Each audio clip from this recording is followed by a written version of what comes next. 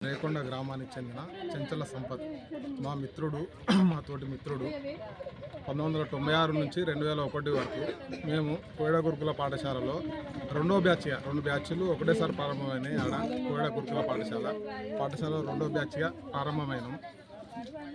మేము అలాగే డిగ్రీలో కూడా కరీంనగర్ SRR కాలేజీలో ఉంటూ స్టూడెంట్ మేనేజ్మెంట్ హాస్టల్లో కంటిన్యూ అవ్వడం జరిగింది. మేము తల్లిదండ్రుల కంటే ఎక్కువ మిత్రులతోటే గడిపిన క్షణాలు. అందులో సంపత్తు అందరితో అన్యోన్యంగా ఫోటో మీద అయితే ఏ చిరునవ్వు ఉందో అదే చిరునవ్వు ముఖంతో ఉంటూ ఎవరితో ఎలాంటి విభేదాలు లేకుండా అందరితో సఖ్యంగా అన్యోన్యంగా మెలిగే ఒక మా మిత్రుడిని కోల్పోవడం చాలా దురదృష్టకరం. ఇదే విధంగా మా బ్యాచ్లో ఇంతకుముందు కొమ్ములబాబు గౌరవెల్లి, విజయ్ కొత్తపల్లి, ఈరోజు రేకొండలో సంపదను కోల్పోవడం మా బ్యాచ్ మా ఈ గురుకుల పాఠశాలలో చదువుకున్న పూర్వ విద్యార్థులకు తీరని లోటు.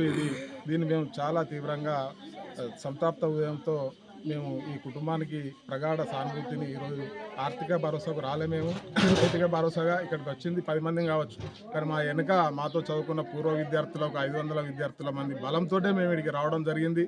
రేపు భవిష్యత్తులో సంపదకి 2 పిల్లలు ఉన్నారు, చిన్న పాపమే. ఎలాంటి ఆపద వచ్చినా అన్ని వేళల్లో అన్ని రకాలుగా ఆదుకోనికి కానీ నైతికంగా ఏదైనా భరోసా అయ్యానికి మేము సిద్ధంగా ఉన్నామని తెలియజేస్తూ ఇలా మా మిత్రులను కోల్పోవడం చాలా దుఃఖిస్తున్నాము. ఈ కుటుంబానికి మనోధైర్యాన్ని ప్రసాదించాలని భగవంతుని కోరుకుంటూ సంపత్ గారికి జోహార్లు అర్పిస్తున్నాము.